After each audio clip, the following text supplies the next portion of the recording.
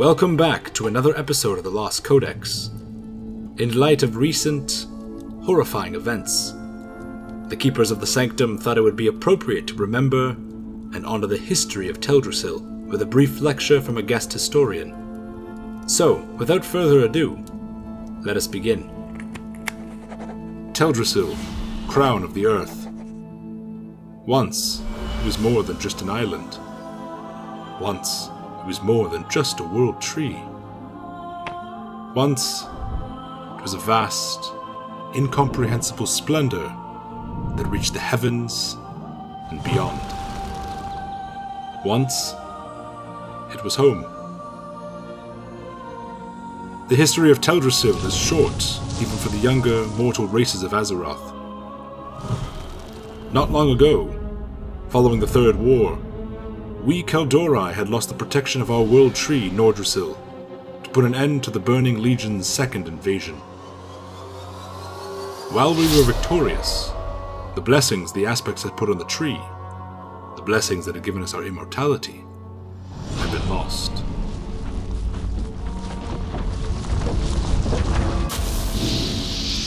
Archdruid Fandral Staghelm suggested the creation of a new world tree, an idea that Malfurion Stormrage quickly put down. Malfurion reminded Staghelm of his failed attempt to plant and successfully grow the world tree of Andrassil in the farthest reaches of the north.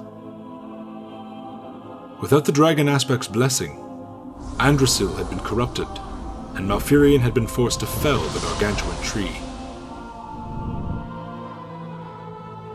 Staghelm believed Malfurion was refusing to take the necessary steps to ensure the future of our people.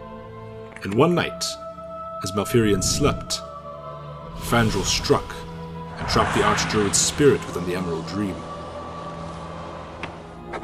With Malfurion out of the way, Staghelm gathered the Druids of the Cenarian Circle along the northwestern region known as Darkshore.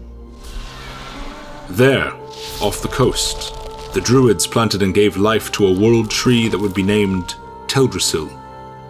Its trunk so large that it resembled an island, its branches and crown so vast that it could hold an entire civilization within its cradling grip. And it did. Atop its colossal boughs, the city of Darnassus was founded. Forests, rivers, and mountains were nestled atop the world tree.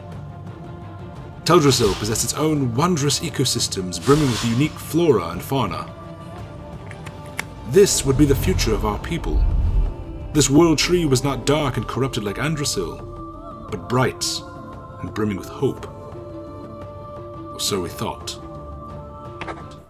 Because the Lord of Time, Nozdormu, and the Lifebinder Alexstrasza had refused to bless the world tree, for they saw it as an arrogant attempt to regain our immortality, Teldrassil was at risk of corruption. From within the heart of the dream, the Emerald Nightmare wrapped its tendrils around Teldrassil, seeping into the world tree's essence. While the corruption bit deep, Staghelm was clever and calculating. Unbeknownst to our people and the Cenarian Circle, Fandral hid the corruption well, and for a few years, we Kaldorei suspected nothing. But over time, pockets of the corruption bubbled across Teldrassil's twilit forests. Furbolgs and Grell went mad, while Satyr appeared in the darkest corners of the woods. The Emerald Nightmare's grip tightened on Teldrassil. Eventually, Malfurion Stormrage awoke from the corrupting sleep that ensnared him within the Emerald Dream. Upon returning to Darnassus, the Archdruid discovered that the traitorous Fandral Staghelm had grafted a fell-tainted branch of Xavius into our world tree, and by doing so, gave the Satyr Lord and his insidious master direct access to both Azeroth and the Emerald Dream. In time, shortly before the Cataclysm, Staghelm was freed from the maddening grip of the Satyr Lord. The Nightmare and Xavius were defeated, and the corruption within the tree nearly completely removed. Although free from the grip of Xavius and the Nightmare, Fandral was imprisoned for his own safety, and ours. For the corruption had caused the Archdruid to fall into a maddening despair. In the wake of the war against the Nightmare, Alexstrasza and the newly awakened Ysera turned their eyes to the World Tree. Both sisters agreed to bestow Teldrassil with their blessing, thus protecting our home, our beloved, beautiful sanctuary, forevermore from the corruption of the Nightmare. Our World Tree was safe. We were safe. For a time. In the wake of the Legion's defeat, a new mineral, a strange substance with unfathomable power, destructive power, began to appear across Kalimdor. This mineral drove the Horde to attack our lands in an attempt to conquer the continent and control the playing field of war. Despite all we had done working side by side to defeat the Legion, despite all the healing the world needed and the recovery its people sought, the Horde marched to war. Sentinels, druids, and priests raced to defend against the Horde's sudden and vicious onslaught. But eventually, our defenses within Ashenvale fell.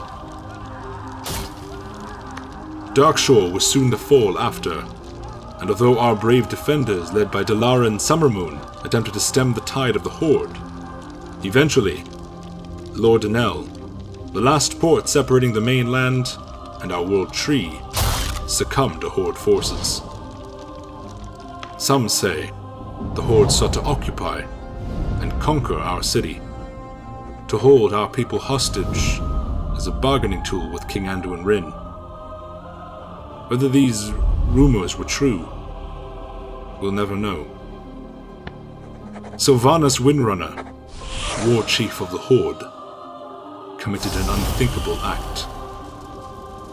On her order, Teldrassil, our home and sanctuary, were besieged with weapons of fire.